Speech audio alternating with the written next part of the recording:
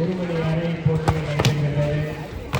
அதுவும் காலை மீண்டும் 9 மணிக்கெல்லாம் போட்டிகள் துவங்கி தற்போது வரை போட்டிகள் நடைபெற்றுக் கொண்டே இருக்கின்றன.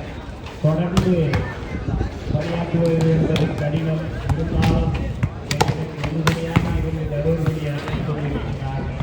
அந்த நன்றியர்களுக்கும் ரசிகர்களுக்கு விருந்தளிக்கும் விதத்தில் எங்களுக்கு வருகை தந்து நெட்வொர்க் போட்டுக் கொண்டிருக்கும் கற்பகம் யூனிவர்சிட்டி அணியினருக்கும் ஏசியாட்டிக் சென்னை அணியினருக்கும் முதற்கண் நன்றியை உரித்தாக்கிக் கொள்கின்றோம். சென்னையிலிருந்து ஒரு 300 கிலோமீட்டருக்கு அப்பால் இருந்து வருகை தந்து எங்களை சிறப்பு சேர்க்கும் விதத்தில் வீரர்களை அழைத்து வந்த ஏசியாட்டிக் பயிற்றுநர்களுக்கும் கோவையிலிருந்து வருகை தந்து குறிப்பிட்ட பயிற்றுனர் மற்றும் மேலாளர்கள் மற்றும் வீர மேலாளர்கள் அனைவரையும் வரவேற்று தெரிவித்துக் கொள்கின்றோம். இன்று காலையில் போட்டியில் இறுதிப் போட்டியாகும்.